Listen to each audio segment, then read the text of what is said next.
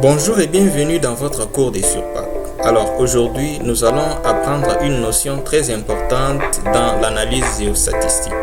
Il s'agit de la notion sur l'histogramme.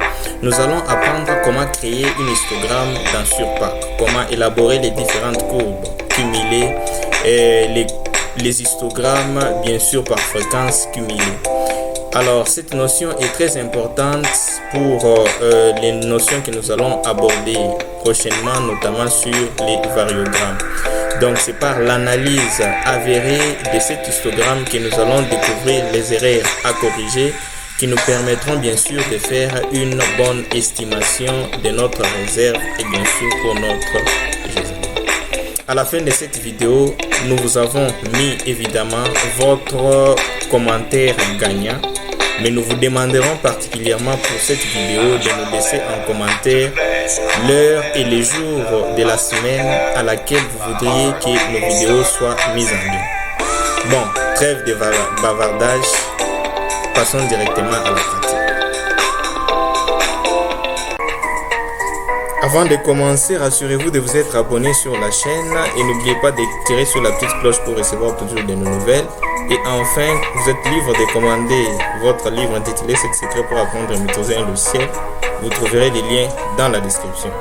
Voilà, donc nous sommes dans notre interface graphique de Surpack. Et pour commencer, j'ai créé un dossier histogramme dans lequel j'ai importé notre composite lesson coupure que nous avons évidemment créé dans notre leçon précédente sur coupure de minéralisation. Si vous ne vous souvenez pas, allez tout simplement dans la vidéo que j'ai lancée précédemment afin de vous y rendre compte. Alors, dans cette leçon, nous allons créer l'histogramme. Donc, pour ce faire, je vais vous montrer un petit exemple de l'histogramme qui est tout simplement là. C'est quoi l'histogramme? L'histogramme, c'est tout simplement un graphique qui nous permet de nous rendre compte de nos données, donc d'analyser nos données. Cet histogramme représente tout simplement notre ténère nos ténères moyennes par rapport à leur nombre. Donc, comme vous pouvez le remarquer, sur l'abscisse, nous avons les nombres d'échantillons, bien sûr, groupés en classes et en ordonnée. Nous avons tout simplement nos différentes ténères moyennes. Alors, l'élaboration de l'histogramme est très importante lorsque nous faisons évidemment l'évaluation des réserves. Pourquoi? Parce que tout simplement l'histogramme nous permettra évidemment d'analyser nos données pour en sortir des erreurs que nous devons corriger afin de pouvoir faire une bonne évaluation de notre gisement. Alors, lorsque nous analysons l'histogramme comme c'est le cas, qu'est-ce que nous cherchons à savoir? Nous cherchons à savoir si notre histogramme a la forme ou la distribution bimodale ou tout simplement outlier. Donc, la distribution bimodale, je vais vous donner un exemple, c'est celle-là. Donc, dès que vous remarquez que votre histogramme a des têtes comme celle-ci, vous avez tout simplement affaire à une distribution bimodale et il vous faudrait corriger ceci avant de pouvoir faire l'évaluation, ou tout simplement vous aurez affaire à un outlier, c'est-à-dire comme vous le présente cette figure, vous avez tout simplement une donnée qui est très éloignée par rapport aux autres. Donc dès que vous avez une donnée qui est de plus grand supérieur ou qui est de loin inférieur à d'autres données, donc dites-vous que vous avez affaire évidemment à une erreur et ici il s'agit des outliers et vous devez corriger cette erreur avant de pouvoir évidemment faire l'estimation de votre gisement. Alors cela est bon, demandons-nous cette fois-ci comment allons-nous faire concrètement pour créer notre histogramme. Nous avons tout simplement deux possibilités. La première possibilité est d'aller sur Database, sélectionner Analyze et parmi les possibilités qu'on vous présente, vous allez tout simplement aller choisir Basic Statistics Windows. Donc, elle vous présentera cette fenêtre que vous allez tout simplement à partir de laquelle vous allez créer votre histogramme. Donc si vous ne voulez pas utiliser l'option database, vous pouvez également utiliser l'option block model choisir tout simplement géostatistique et sélectionner basic statistique. Donc dès que vous cliquez dessus, vous êtes de nouveau en face de cette fenêtre et vous allez pouvoir créer votre histogramme. Alors comment faire pour créer l'histogramme? Vous allez tout simplement sur File, vous sélectionnez Load Data from File et vous allez vous présenter devant cette fenêtre. La première des choses, le premier champ intitulé localisation vous permet de sélectionner votre évidemment composite. Souvenez-vous, nous avons mis un composite dans notre dossier actif. Donc pour sélectionner ces composites, je vais tout simplement sur ce petit V, je clique dessus et on nous ramène par défaut sur les dossiers actifs et nous avons bien fait de pouvoir importer ces composites ici. Donc nous les sélectionnons et nous cliquons sur Open. Alors les deux champs ID range et string range correspondent tout simplement aux chiffres que nous aurions mis là, mais comme nous n'avons rien mis, ces champs sont vides. Ensuite, description field for data. Donc ici, vous avez d'abord le premier champ dfield. Souvenez-vous, lorsque nous avons créé évidemment notre composite la fois passée, nous avons stocké les informations dans la couche D1. Dans votre cas, si vous avez stocké l'information dans la couche DD, donc vous devriez évidemment sélectionner ici DD. Donc nous nous contentons de D1 parce que c'est là que nous avons sélectionné, évidemment stocker nos données. Ensuite, vous avez la possibilité de cliquer sur Name, donc de donner le nom à votre histogramme. Donc ici, comme il s'agit évidemment de l'or qui est la minéralisation, nous pouvons nommer notre histogramme tout simplement or. Donc nous laissons or.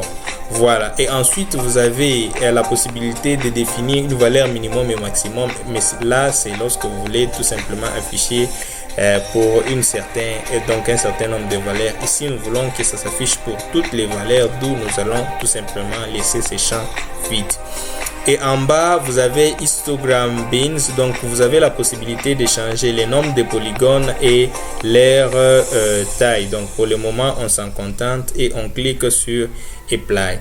Donc vous avez tout simplement votre histogramme qui apparaît, l'histogramme en rouge avec les différents polygones, et au-dessus vous avez la courbe cumulée, donc la courbe cumulée supérieure.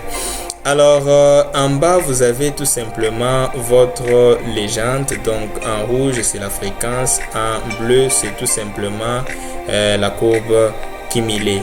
Et ensuite vous avez au-dessus les noms de l'histogramme, donc comme nous l'aurons nommé, donc vous avez or, row. Ensuite vous avez ceci comme votre histogramme et je peux vous présenter un ensemble de boutons, n'est-ce pas, que vous pouvez tout simplement, qui peut vous permettre de faire des différentes options. Alors pour cela vous devez aller sur display et vous avez là le bouton histogramme, donc qui vous permet d'afficher uniquement l'histogramme, les boutons cumulative frequency curve qui vous permet d'afficher uniquement la courbe cumulée, les boutons histogramme and frequency curve qui vous permet d'afficher les deux à la fois. Donc commençons par les premiers, nous allons afficher uniquement l'histogramme et comme vous le voyez, la courbe a disparu. Alors si nous voulons afficher la courbe uniquement, nous devons cliquer sur ces boutons là, Cumulative Frequency Curve. Alors ensuite nous pouvons afficher les deux comme c'était au départ. Donc ces boutons vous pouvez également les trouver ici sur la barre d'outils. Donc vous avez histogramme, vous avez Cumulative, la courbe cumulée et vous avez les deux à la fois. Toujours sur display, tout comme sur la barre d'outils, vous pouvez avoir vous pouvez afficher également la courbe de probabilité, donc il me suffit de cliquer là, ou soit vous pouvez afficher la courbe de distribution normale, il me suffit de cliquer là. Donc je peux au départ cliquer cet histogramme et associer à cela la courbe cumulée, donc cela va se superposer. Alors pour ces boutons, il suffirait tout simplement d'associer, n'est-ce pas, une autre composante X, Y qu'on n'a pas affiché pour les moments. Alors il n'y a pas que cela, donc ici vous pouvez faire plusieurs choses. Pour cela vous pouvez aller par exemple sur le menu View. Sur le menu View, vous voyez que vous avez Axe Scales. Donc, ceci vous permet de modifier tout simplement vos axes, n'est-ce pas? Vous pouvez choisir que votre histogramme se limite par exemple à l'abscisse 15 et à leur donner 7. Donc 700, c'est à vous de choisir. Et nous pouvons le faire grâce à ces boutons. Je clique dessus et je me dis par exemple que je vais pour l'abscisse me limiter à 15. Voilà, j'écris 15. Pour l'ordonnée, je vais me limiter à pourquoi pas 6000. J'écris 6000. Voilà, et je clique sur Apply. Automatiquement, vous voyez que on a évidemment modifié notre histogramme par rapport aux différentes règles que nous avons fait. Donc, nous avons 15 en abscisse et 6000 en ordonnée.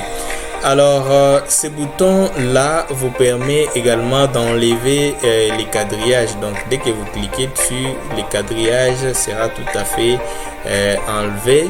Vous pouvez les retourner également en cliquant sur ces boutons-là. Alors, cela étant, nous pouvons savoir maintenant comment nous allons enregistrer notre histogramme. Donc, pour enregistrer l'histogramme, vous allez sur File. Vous sélectionnez Save. Donc nous allons sélectionner Save. Qu'est-ce que nous allons sélectionner? Nous avons le choix soit de sélectionner les données ou soit de sélectionner les images. Donc ici nous allons sélectionner par exemple cette image. Donc je clique dessus, j'ai cette fenêtre qui apparaît. Donc je peux cliquer dessus. Donc c'est Current Chat et je peux donner les noms, pourquoi pas choisir l'ancien nom. Donc je vais donner carrément un nom, histogramme slash good, donc or, histogramme or, et je n'ai pas besoin de donner ici, bon carrément je peux mettre 600. Donc c'est tout simplement le nombre de pixels. Donc si les pixels sont grands, évidemment vous aurez tout simplement une bonne image, et si c'est petit vous aurez une altération d'image. Alors je clique sur Apply. Alors je peux aller maintenant dans le navigateur, n'est-ce pas, et vous verrez que mon histogramme or est là. Je peux les visualiser, pourquoi pas. Voilà, je visualise carrément mon histogramme. Donc je patiente. Voilà, l'histogramme que j'ai enregistré est là. Et même si nous fermons cette fenêtre et que nous revenons sur Pack, vous avez donc dans mon dossier histogramme, voilà un fichier image. Donc je peux ouvrir tout simplement. Voilà, vous avez votre fichier image. J'espère que cette vidéo vous a plu, que cette leçon vous aura beaucoup aidé. Alors pour le moment, je vous invite à découvrir notre commentaire gagnant.